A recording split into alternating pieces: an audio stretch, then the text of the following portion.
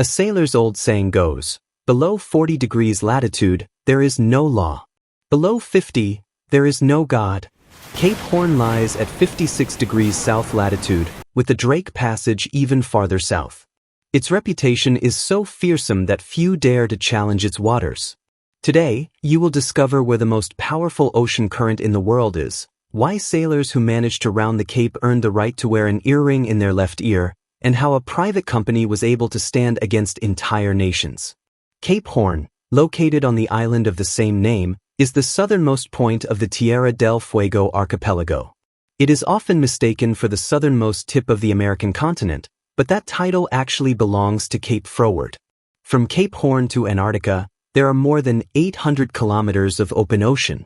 In this remote corner of the world, two great oceans meet, the Atlantic and the Pacific, creating a unique but extremely hostile climate for navigation. The area is infamous for its hurricane-force winds and extreme weather conditions.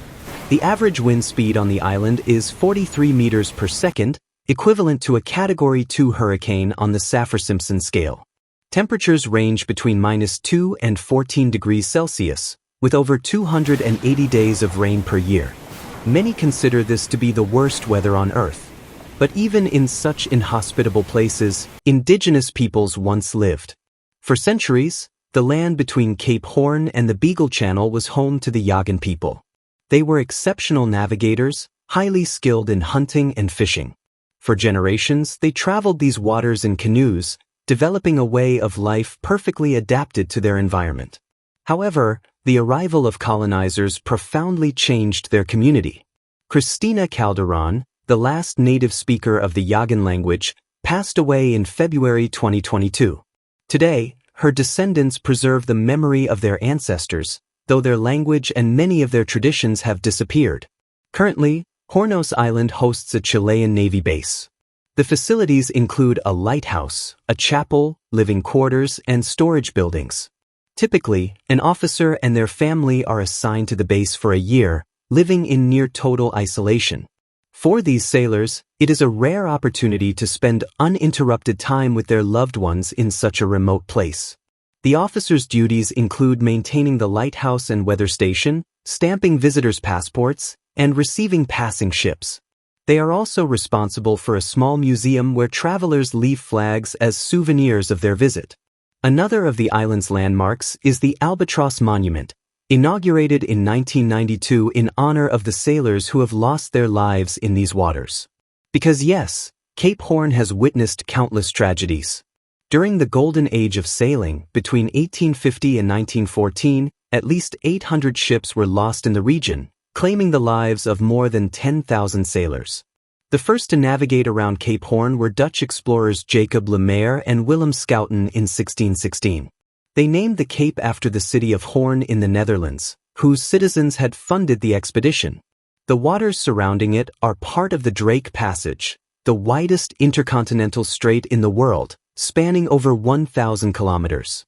It is also the deepest, reaching depths of up to 5,500 meters in some areas. For a long time, it was believed that the famous English privateer Francis Drake sailed through this passage in 1578. However, recent research casts doubt on this claim. It is more likely that the first to cross it were Schouten's expedition members. One way or another, the strait has historically been feared by sailors due to three main factors. First, extreme storms. Waves up to 15 meters high are common in the area. Second, the Antarctic Circumpolar Current, the most powerful current on the planet and the only one that flows through all meridians, reaching speeds of up to 14.5 kilometers per hour in the Drake Passage. Third, icebergs. Between April and November, the southern part of the strait is covered with ice, posing a major threat to navigation.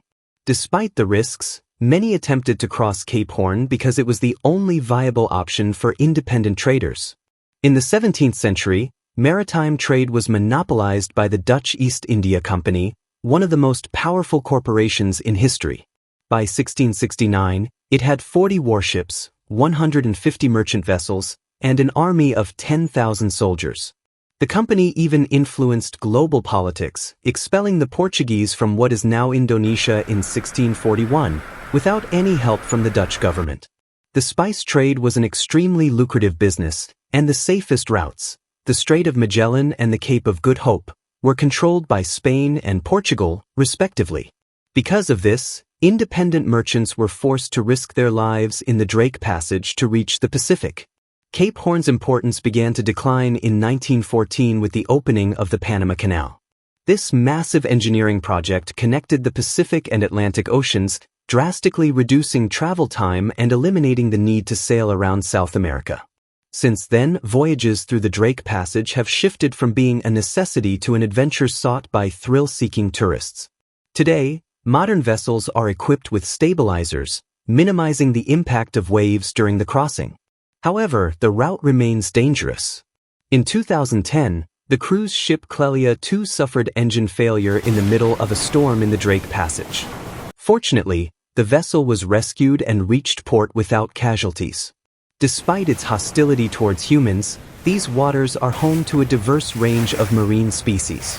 Travelers who venture into the Drake Passage may spot Peale's dolphins, humpback whales, giant petrels, and wandering albatrosses. Hornos Island itself is inhabited by penguins, sea lions, and seals. For sailors, rounding Cape Horn is the maritime equivalent of climbing Mount Everest. In the past, those who achieved this feat earned the right to wear an earring in their left ear as a symbol of bravery, but only if they survived. So, even though humans have conquered almost every corner of the planet, nature still reminds us who is in charge in places like this.